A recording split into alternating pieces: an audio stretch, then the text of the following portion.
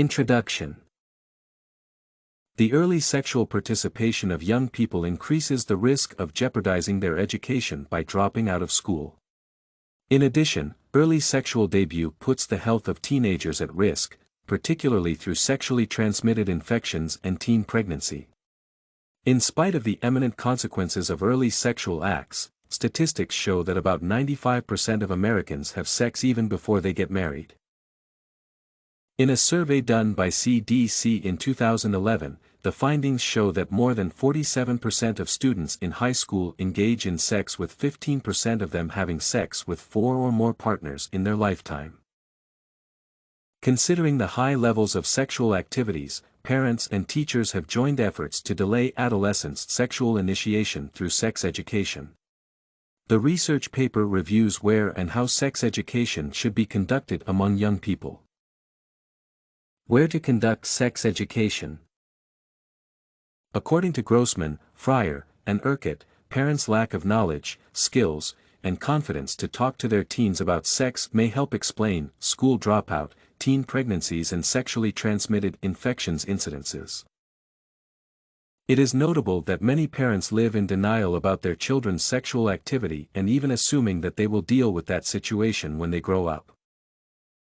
McKay, Byers, Voyer, Humphreys, and Markham point out that, since schools are the only formal institutions that have meaningful contact with young people, they are in an exclusive position to offer education that empowers children and adolescents to attain developmentally appropriate knowledge as well as skills that relate to reproductive and sexual health. Notably, empirical studies have reported positive results of sex education programs in schools. For instance, in a study done by Fonner, Armstrong, Kennedy, O'Reilly, and Sweat, the findings show that school-based sex education is an essential tool of curbing HIV and AIDS among the youth. Therefore, the only place where sex education can have constructive results is in schools. How to conduct sex education. Sex education should be conducted in 2 main ways: start early ages and include family members. Start at early ages. Proper sex education should begin in kindergarten. In other words, sex education should be a progressive program from elementary schools up to higher education levels. Students should be taught a wide range of topics such as prevention of HIV, AIDS and STIs, puberty, effective contraceptive methods, sex orientation, communication skills, interpersonal relationships, and media literacy. These sex education topics should be broken as follows based on grades. Elementary school students should be taught human body parts, basic aspects of life such as bad touch, and good friendships. Then, students in 4th and 5th grades should be taught puberty, body changes, and internet safety.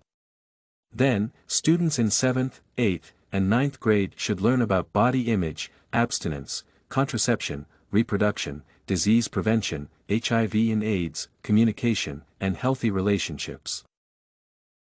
According to Martin, sex education should be taught in a similar manner as history, mathematics, science, and languages, and be accompanied by constructive debates. For instance, students should participate in debates on the effectiveness of condoms in preventing HIV and AIDS. Further, they should debate about the importance of sex education in informing student sexual decision-making, and the role played by media, family, religious groups, and peers in influencing one's sexual actions and attributes. Such debates will provide them with an opportunity to learn more about their sexual education, nature, and needs. Family members' involvement.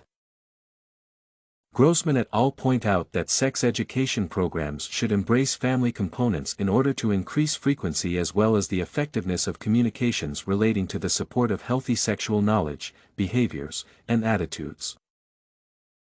Specifically, parents should participate fully through school meetings such as parent-teacher association meetings, where they should meet with school officials, the principal, and teachers to formulate, change or review the proposed sex education curriculum. It is through such meetings that parents can express concerns regarding the current or proposed parts of the curriculum. Notably, Parents' participation in sex education is essential in ensuring that what their children are taught is consistent with their beliefs. Previous studies have shown that school-based sex education programs are successful when they involve family members because of the interaction between parents and students. Thus, the involvement of family members and in particular, parents will lead to a successful sex education program. Conclusion.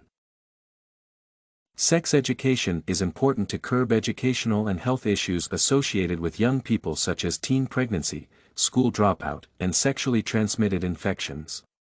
Due to parents' inability to talk to their teens about sex, schools are the best place of providing sex education programs.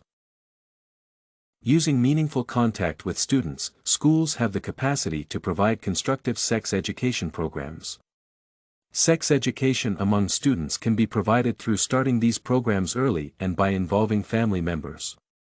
Notably, sex education should start at kindergarten, and parents should participate in the formulation and review of the sex education curriculum. This and many other essays are available at studycorgi.com.